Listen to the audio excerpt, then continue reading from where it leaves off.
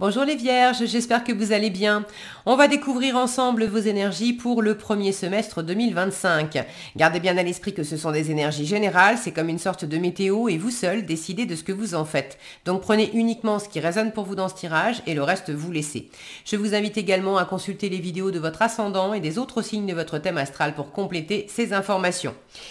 Ici, l'énergie qui vous accompagne dans votre vie active, votre vie matérielle, c'est le travail, c'est le professionnel, c'est l'argent, c'est le quotidien, tout ce qui est concret, physique, matériel. Votre vie relationnelle, c'est à la fois l'amour amoureux, mais la famille, les amis, toutes vos relations. Votre vie intérieure, comment vous vous sentez, où est-ce que vous en êtes, ce que vous voulez, vos aspirations, la force qui vous soutient, le challenge à relever, le conseil qui vous est donné pour aborder au mieux ce semestre et un message pour finir. Les jeux que j'utilise sont le tarot psychique et un message du tarot des anges gardiens. Eh bien on y va. Alors, vous avez la patience, c'est la tempérance. Le bouleversement, c'est la tour, la maison Dieu. L'as de denier avec le début de la prospérité. Encore un arcane majeur avec l'ermite, la carte de la solitude ici, mais vous l'avez en force. Encore un 9 dans le défi, dans le challenge avec le 9 de coupe, oui, que je dise pas de bêtises, 9 de coupe, et encore un 9. Ok, 9 d'épée pour finir en conseil. Alors, là, on est vraiment presque au bout de quelque chose. Vous avez quand même toute une ligne ici de 9. L'ermite, le 9 de coupe, le 9 d'épée en conseil. On vous invite à aller au bout des choses, à aller au bout d'une situation, mais aller au bout d'une situation dans le travail, dans l'étude, bon, clairement, vous êtes dans un cheminement où vous avez du mal à être pleinement satisfait.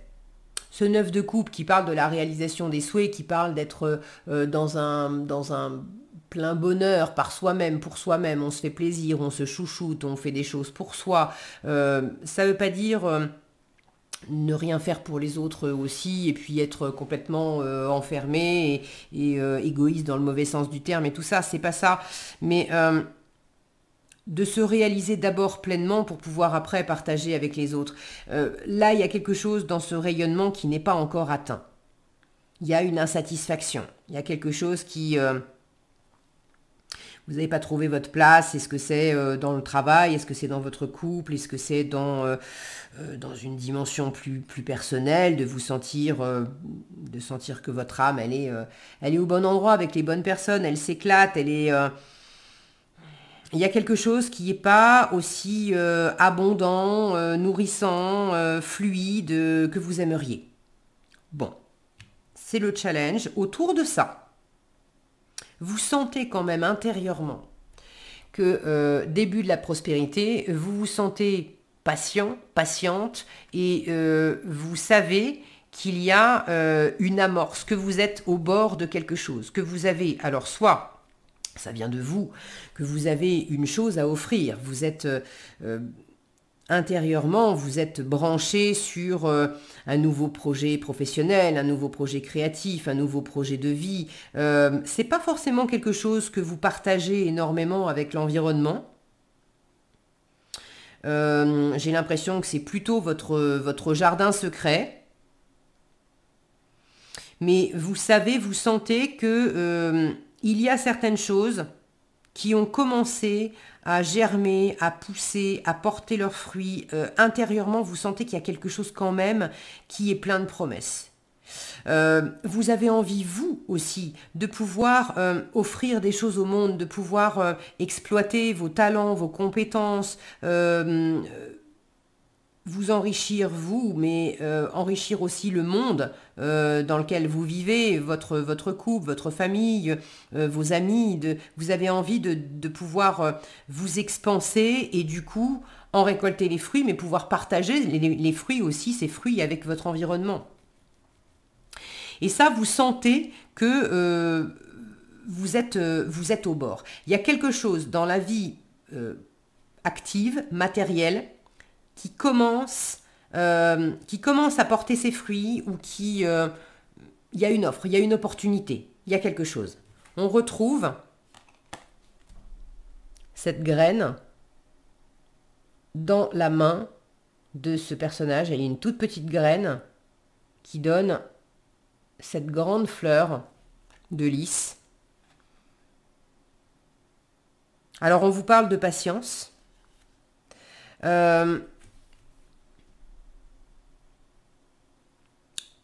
y a quelque chose sur laquelle vous travaillez depuis un moment. Vous avez mis des efforts dans,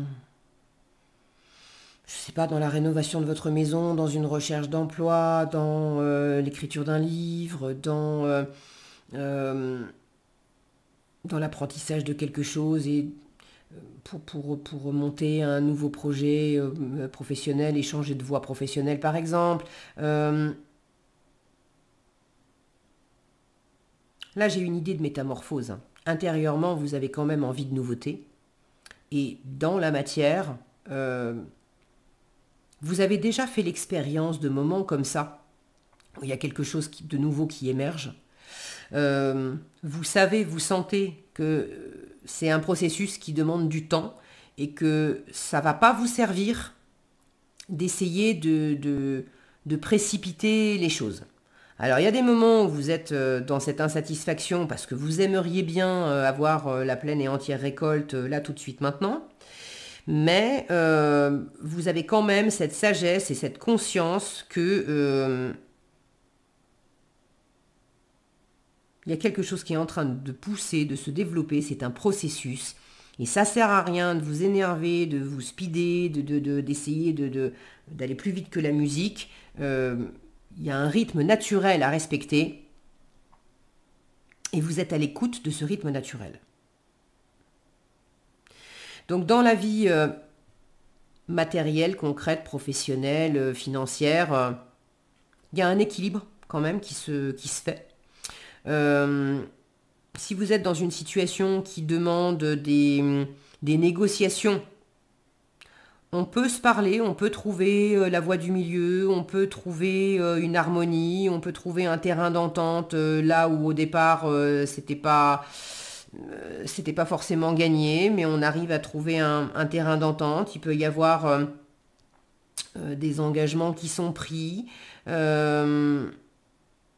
ou des engagements qui ont été pris et qui commencent à donner quelque chose, à porter leurs fruits. Pour d'autres, c'est une préparation tranquille qui se met en place en vue d'un engagement. Par exemple, on a l'idée de se marier, mais on est déjà en train de préparer le mariage. Mais le mariage, il ne va pas avoir lieu là maintenant pendant ce semestre. Ça sera peut-être à la fin de l'année ou l'année suivante.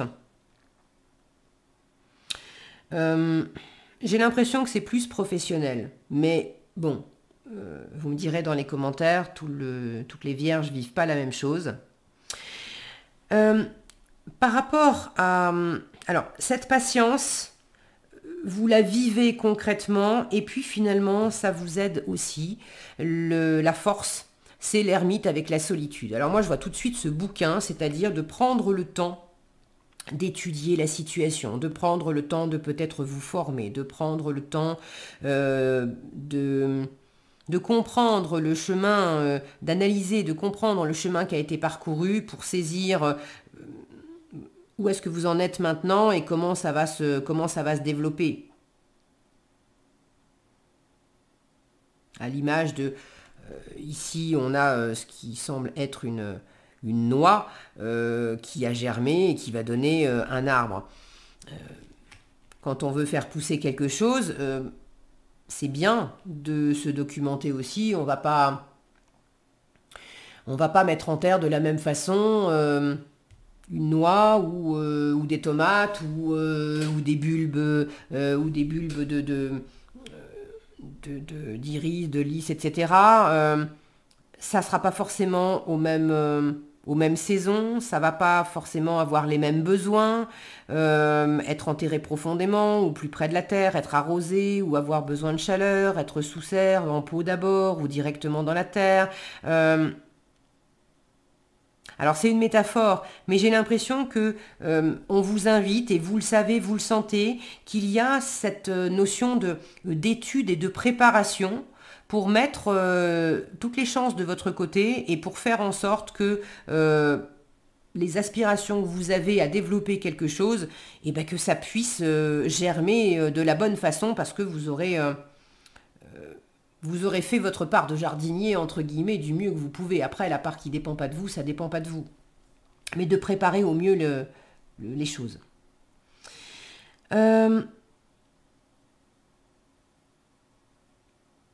Là, j'ai vraiment une notion de retrait. Alors, à ne pas confondre quand même avec de l'enfermement. Ici, on a un homme qui, si mon focus veut bien, voilà, qui est vraiment dans l'enfermement, dans le repli, dans quelque chose de peut-être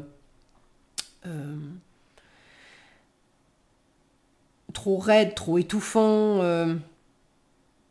Dans le relationnel, il y a quelque chose qui vient faire bouger les lignes.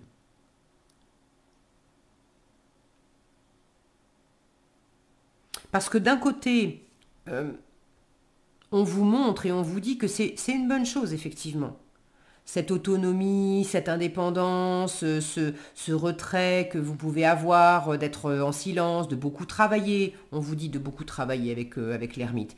Mais de beaucoup travailler, c'est pas en y laissant des plumes et votre énergie et tout ça. C'est prendre le temps. Ce sont des énergies lentes. Donc, ici, j'ai que de la lenteur. C'est vraiment d'écouter le rythme des cycles de la nature, des cycles de ce que vous entreprenez, de vos propres cycles à vous, des cycles aussi de vos relations, et de préparer les choses au mieux. Donc il y a des moments de retrait, il y a des moments de silence, il y a des moments de solitude, de patience. Ok. Mais en même temps, il ne faut pas que ça vous conduise non plus à de l'enfermement. Et là, dans le relationnel, il pourrait y avoir du relationnel qui, justement, vous fait sortir de cet isolement. Alors, ça peut vous bouleverser un peu parce que vous aurez besoin, sans doute, d'être dans un état un peu plus méditatif et solitaire. Mais ça vous fera du bien. Ça va vous aider. Le conseil avec le 9 d'épée ici, alors la carte s'appelle souffrir en silence, c'est quand même de prendre de la hauteur. Moi, quand je vois ce personnage qui est en haut de cette montagne, qui regarde les autres sommets au-dessus des nuages et qui regarde ce soleil se lever sur un nouvel espoir ou se coucher sur des anciennes difficultés. Là, on vous dit en conseil, prends ce temps d'arriver au bout, de prendre de la hauteur sur ton processus, alors ton processus dans la matière, ce que tu as entrepris, mais de prendre de la hauteur sur ton processus mental, sur ton cheminement intérieur. Comment ça prend racine en toi, comment ça pousse en toi, comment ça se développe en toi, autant le relationnel que les projets que tu fais, que tes aspirations de bonheur.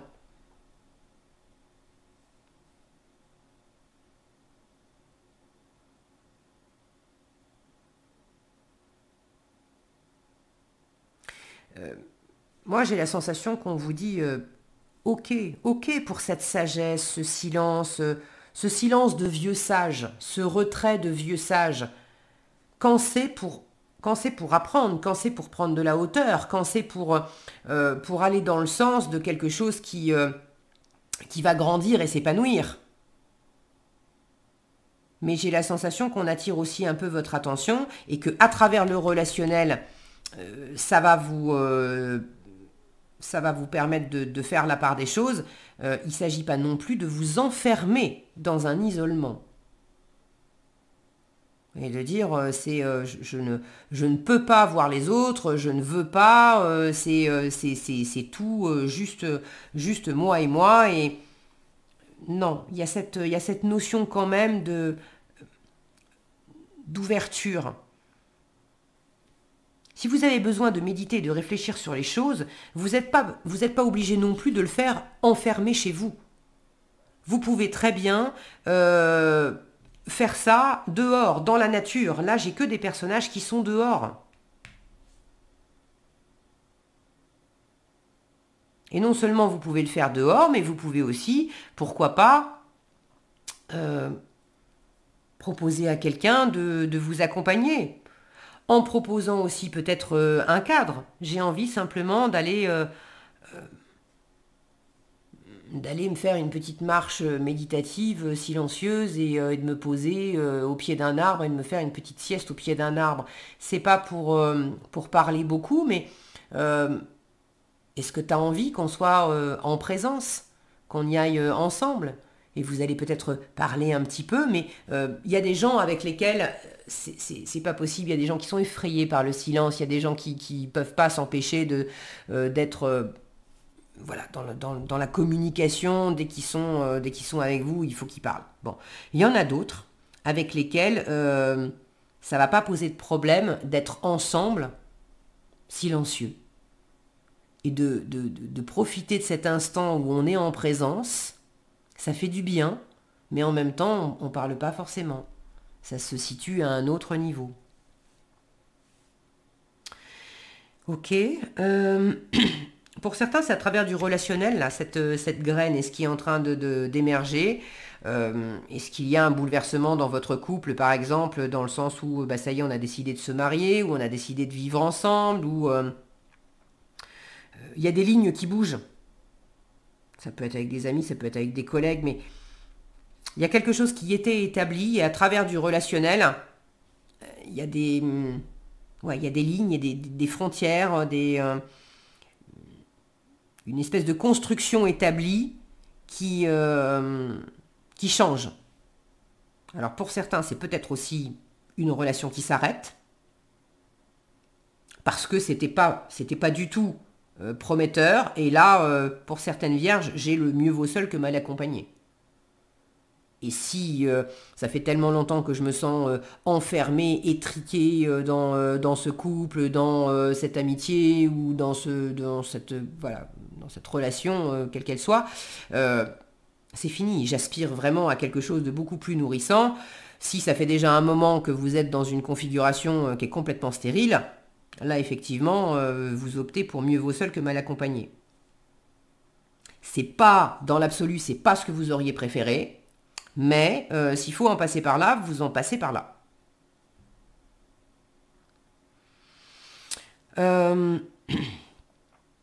J'ai quand même une grande sensation de sagesse. Alors, il peut y avoir quelque chose qui un peu rapide et inattendu. Ça peut être un déclic aussi, simplement une prise de conscience à travers le relationnel.